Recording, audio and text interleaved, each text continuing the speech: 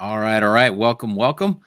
This is Tim Judge, founder of Home Search TV, back with another agent spotlight, broker spotlight. This time, Dennis.Goodhart. How are we doing today, Dennis? Hi, how are you? Getting used to the little bit of a chill in the air now. I guess Yes. fall is really upon us.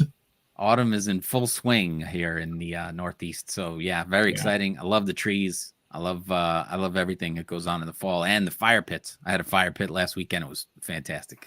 yeah. I have to order some wood for my fireplace. Yeah. Yeah, the winter inside's coming, but yeah, still spending a little bit of time outside, which is good. So, So you're based in out of Mamaroneck, Lower no, Westchester, is that right? I'm based in Westchester County. Yeah, I'll explain a little bit later. As you know, GLR is transitioning from yeah. the traditional office, real estate offices to a new platform, which I will talk about a little bit later on in the program. Okay. But what I wanted to talk about today is there's some really good news and some exciting news out there in the real estate market. Yeah. For the past 4 or 5 years, I've spoken with numerous brokers, agents, buyers, sellers, investors, and it's been a tough market out there for Yeah. both residential and commercial. And I think though that we're on the end of that, and we're starting a new cycle, and I'm Mhm. very excited. I'm very excited about that. Um, the real estate industry has been through a lot turmoil between the NAR suits and between the interest rates and the low inventory, Yeah. and it's been pretty bad for both commercial and residential, as I said. Hmm. But if you take it though on a larger scale and you look throughout history, real estate has been one of the consistently proven investments. It's a lucrative investment avenue. It does weather economic fluctuations, and there's a resiliency in it. Right now, as I said, the NAR settlement is underway. I think people are starting to understand now the difference between how the agents are going to do business in residential, and that if Right. you are a seller, you no longer have to offer a commission to a buyer. Right. If you are a buyer's agent, you do need to have a signed document from your buyer Hmm. before you can actually represent them and show them property. So that's important for both buyers and sellers in the residential market to understand that this is a big change. I And think that's going to be the biggest sticker shock is when buyers come to look at places and they say, we need, before I show you something, we have to sign some papers. Around here, it's casual conversation. It gets signed whenever, you get around to it as long as you don't get too deep into showing houses. But now it's don't show anything unless you have signed paper, knowing and disclosing where that's coming from. this is what the settlement has Yeah. dictated, the way that we have to do business now on the residential side. So, I guess the jury is out whether or not that's going to actually prove to be a better way of doing business. Um, Right. and that's actually maybe a little good segue into the commercial side of the market, which is the way that commercial does business and has been doing business. Yeah. Buyers and sellers, agents, and getting the contract signed. So, the commercial real estate market has suffered tremendously also. Uh, Office buildings with the hybrid, work 3 days, stay home 2 days, or work two Yeah. days, stay home 3 days. There's been a reduction in the need for office space. Some buildings have been able to convert to condos or co-ops or other types of business use, but a lot of the older buildings, Class B buildings, the way they were built, they can't be converted. And, Right. and those buildings are having a tough time. They're having a tough time renting. It's hard to compete with the new skyscrapers, all the new modern conveniences that new buildings have. And because there is a gluttony of office space available, those Class A buildings can be had at a pretty reasonable rate. Right. So Class B buildings are having a tough time. But for investors, if you can find a Class B building, you can really do well buying it and improving it, making it maybe a B plus building. Mm-hmm. And there's a lot of room for growth and to make money in the Class B buildings. So be on the lookout for that if you're an investor. That's good to hear. Yeah. And then in between the residential home buyer and the office building buyer, there's something called residential. Mm-hmm. And I think that's more for the audience that we're talking to. These are people that are looking or have wanted to get into real estate, didn't know how to do it, maybe never had the money to do it, scared to do it. But this could be anything from buying a two-family house and renting out the apartment to buying a four rental unit building or a mixed use building that have maybe 4 or 6 apartments on top, a store or some kind of commercial underneath. And this is a great time to invest in something like that. There are a lot of these kind of buildings available. We have to do what's called a cap analysis, where you want to make sure that if you're buying something that it's going to produce enough income to pay off the mortgage. Banks and private lenders are starting to lend on these kind of buildings. This is just a very good place to look if you want to get into real estate. And, right. And then the other one is, of course, what we call fix and flips, where somebody will come in and buy a house that needs some TLC. Right. And they'll update it. Maybe they'll put a second floor on. They'll modernize it, bring it up to code and spec, and they can invest $10,000, $20,000, $30,000 and maybe make $100,000 on that. Right. So you see that part of the market coming back? I'm starting to see it coming back. I'm actually getting calls almost every day from people that are looking for these kinds of buildings, right, these kinds of opportunities. And there are a lot of lenders now, both banks and private lenders, that will lend on this, where, a year ago, no, was not going to happen. Yeah. So that's, kind of an overview on the market as, we do more of these videos, and we get some stats on the market, the analysis, the financial, we see where the rates are going and how real estate, the trending in real estate, both commercial and residential. We'll be able to look at the marketplace and see what makes the most sense for people that are looking to invest, or if you're looking to buy a home. And how much do you see the not the Fed rate, because that doesn't control the mortgages, but as far as the financial industry and how their lending practices are loosening up now? A little bit of that came down and then it bounced back up. Where do you see the rates going, and how do you see that affecting the real estate market for the spring? I know you have the same crystal ball as everybody else. Yeah, I was just looking. I misplaced my crystal ball. I can't find it. Yeah. But one of the mortgage lenders that we, that's on our GLR calls, Biagio, who's very knowledgeable about market rates, always says that the mortgage market is looking 6 months a year in advance, and they factor this into their equations when they come out with the mortgage rates. So, right. All I can say is that it's an election year. Mm-hmm. And it's in 20 days, it's going to be November.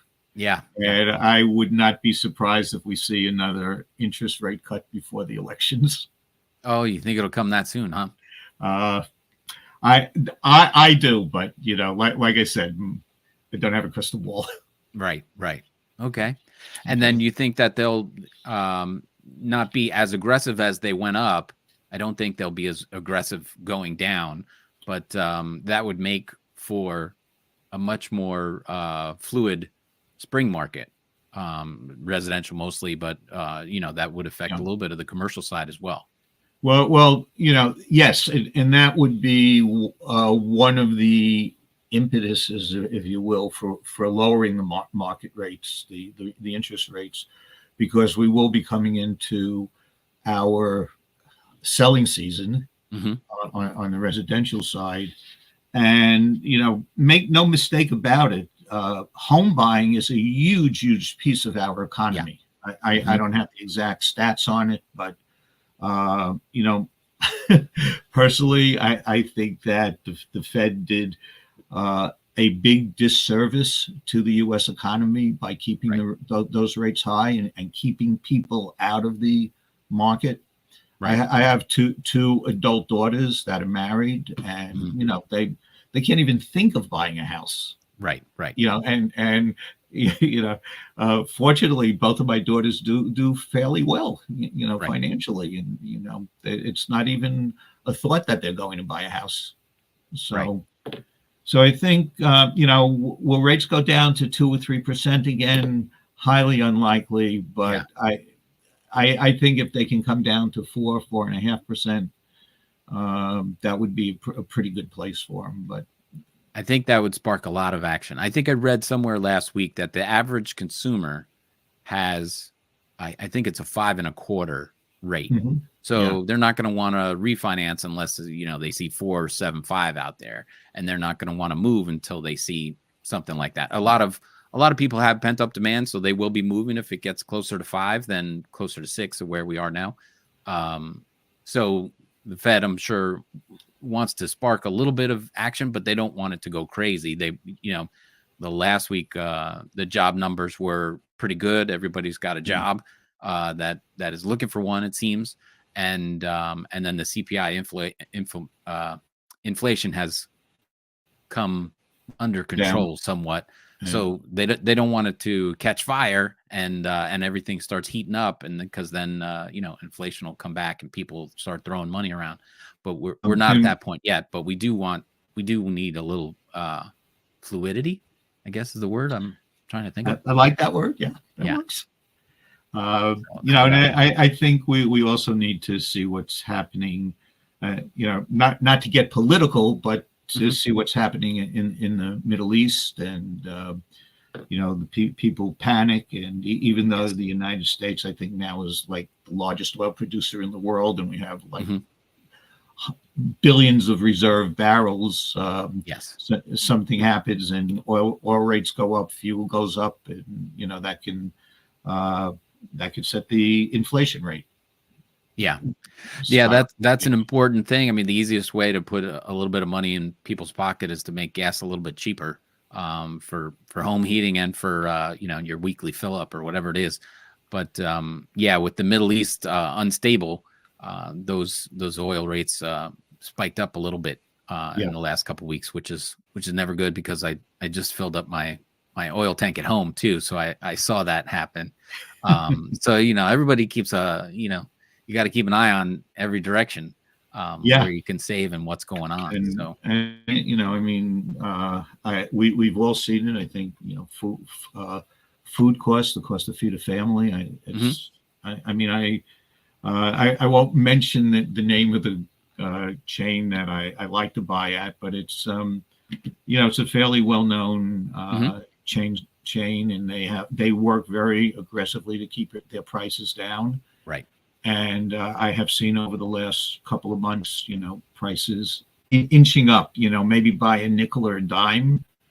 But still, what maybe used to cost me $40 or $50 for a bag of groceries is now costing $60, $65. Yeah. So it remains to be seen. Yeah, but as you said, the election's in 20 days or so, and hopefully that will once we know which direction it's going in, people will be able to budget accordingly and figure out a game plan, because that's all we can do. Everybody casts their own vote, and then we got to make the best of it. So just to add on to that, one of the other things when we're talking about the residential market starting to bounce back is that we're starting to see a little bit of loosening in the inventory.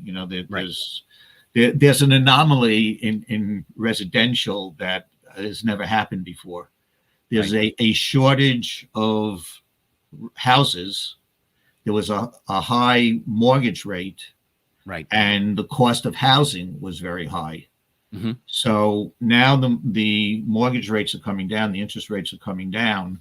We're starting to see some loosening of inventory. I'm seeing a lot more open houses now. I think in the last month or so, I've seen more open houses that I've seen in the last 2 years. Right.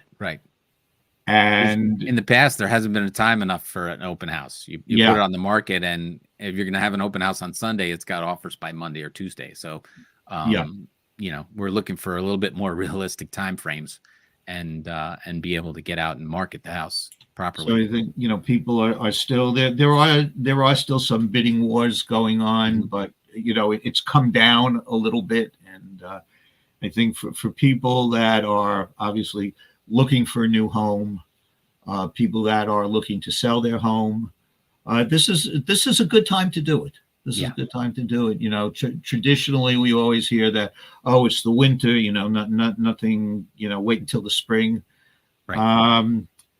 Thanksgiving time is one of the busiest seasons in residential mortgages. Residential sales. And so don't forget, it takes 60, 90 days minimum to close. So you sell something now in November, December, you're looking at the spring before that transaction is going to finish and somebody's going to move in or move out.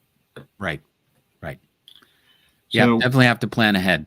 So speaking of planning ahead, you're involved with GLR, which is making big moves. And I could show this off, the website there for Grand Lux Realty. You're helping Michael make the move. So that's your page there. You also have your own DHG Realty, is that right? DHG Realty Group. The difference being that DHG Realty Group does more of a consulting type of real estate business. All transactions are transacted through right now GLR, but soon to be a different company. And I'd like to, and again, this is a great transition to talk about what's going on with GLR.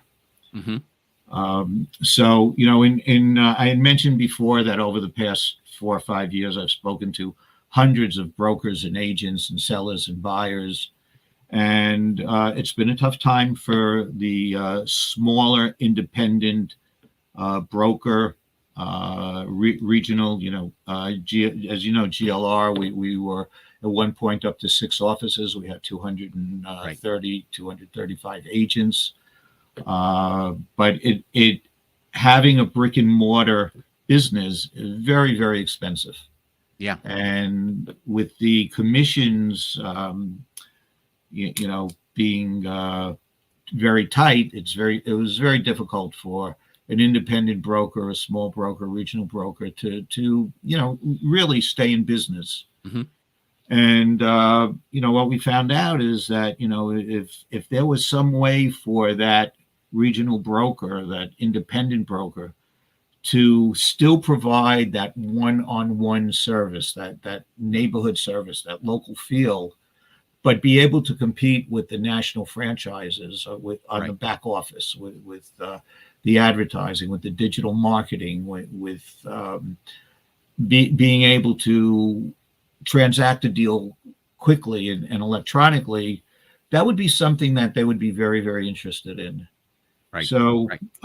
I worked with Michael for many years. We looked at all different kinds of platforms and what all of the franchises offered, and we had put together a plan ourselves to try to work with other independent brokers where we could kind of combine all of our resources. They would maintain their own identity, but we would kind of almost like a co-op where we would, just provide services so that it wasn't as expensive.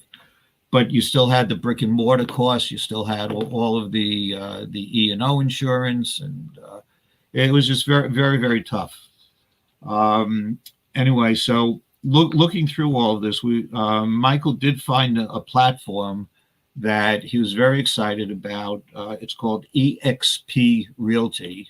Right. It turns out that they are actually they're an international company. They're one of the largest real estate brokers in the world now. I think there's like 80 and 90,000 agents worldwide. They're in I don't remember how many countries.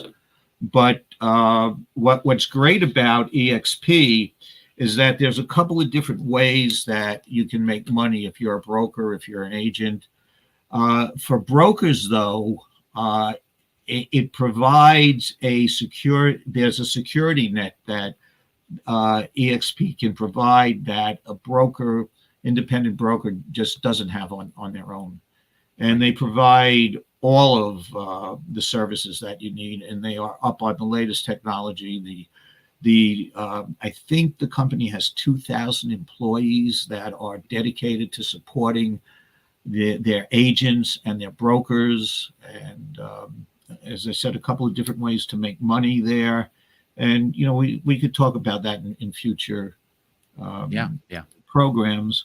But what I will say is this: if you are a broker, if you are an agent, and you are looking to secure your future and looking to increase your take-home pay, I urge you to give me a call.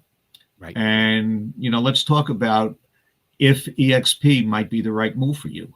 Yeah. And, I'd be very, I'm going through the learning process. I don't know everything about it yet, but I have got to tell you, I mean, you may know if you read my bio, I've been into global business for over 40 years. I've worked with CEOs of most major Fortune 500s and banking institutions. This company really has it together. Yeah. And it's a really good. Before I decided that, I'm going to do this, I did a lot of investigating about the company. And having been a consultant in my past life, I was always leery about the responses and the replies I got. But this is very exciting, and I'm really looking forward to it. Yeah, it's been exciting to poke around inside there. I had heard, and I'm a little bit techie geeky. They have the EXP World, which is like a metaverse, and you make your own avatar and go in there, and you can walk into 50 different staterooms. So every state has their own room, and you can walk in there and talk to agents that are there, get to meet people, and then talk to someone who has, boots on the ground, as they say, that can help you navigate what's needed if you have a referral in that area, or if you want to talk to somebody. And then the same goes for your own state. I know you're licensed in New York and in Connecticut, so those rooms are available. If you walk in there, you can talk to somebody that knows all the right paperwork, all the right lingo, any questions you have, you can get answered almost 24 hours a day. I think somebody's in there. Yes, so yes. It's a great resource that they offer EXP. We can do a whole program on EXP. Yeah. But the one thing I did want to mention, if you are a broker and you're looking to cut your expenses and keep more of your retained commissions, the good thing about EXP is that there's a stock program, so you actually become an owner of EXP, but you also maintain your individual broker.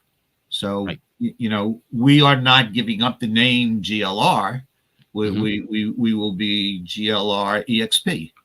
So, but we are giving up our brick and mortar offices. I think that in the 4 or 5 years that I've been with GLR, and in the 6 offices that we had, maybe maybe 4 people have walked in off the street. Yeah. Yeah.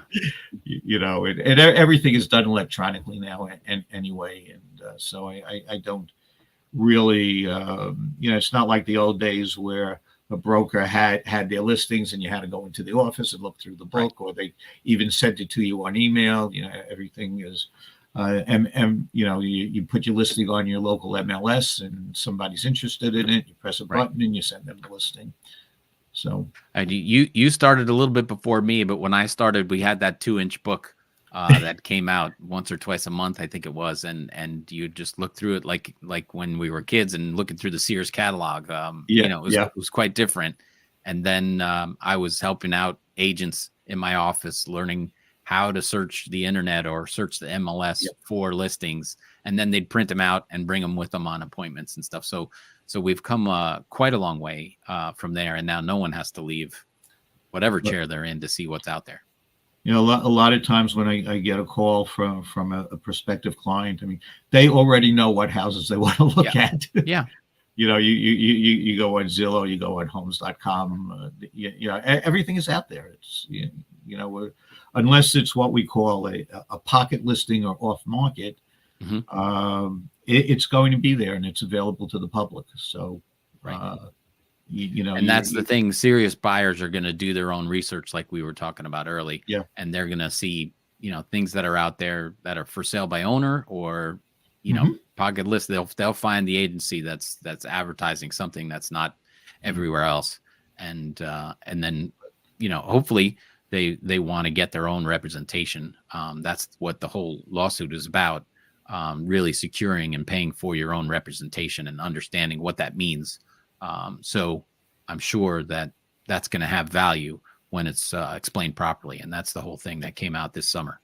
And that's a very good point that you make, because as we said, all of the information is available to the consumer. However, buying a house can still be very tricky. Yeah. And there's a lot of intricacies, and agents, I mean, I don't know if consumers are aware of this or not, but we have to complete 22 and a half hours of training every 2 years to renew our licenses. We are constantly being trained. We're constantly learning new things.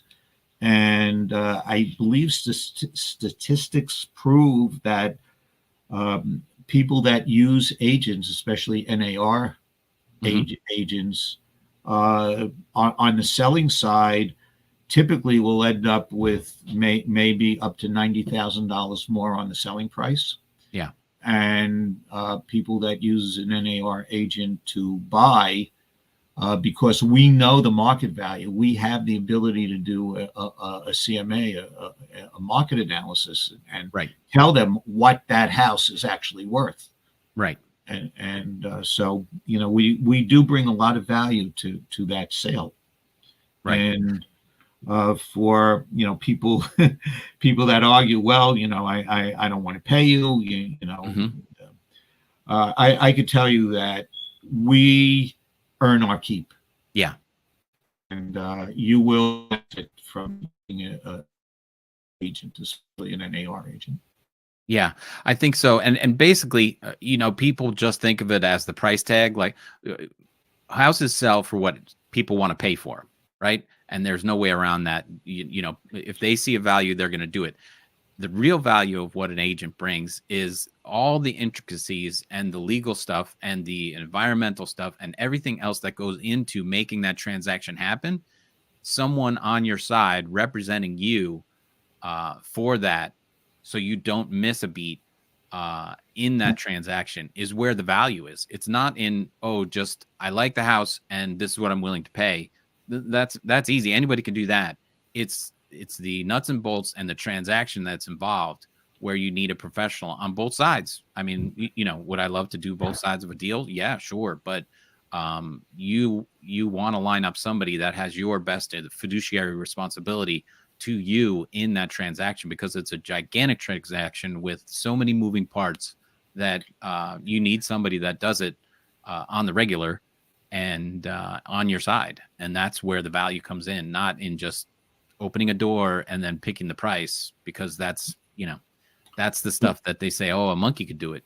Sure, but that's not what we're talking about. We're talking about contracts and all the nuts and bolts that go into the deal is where the money's made.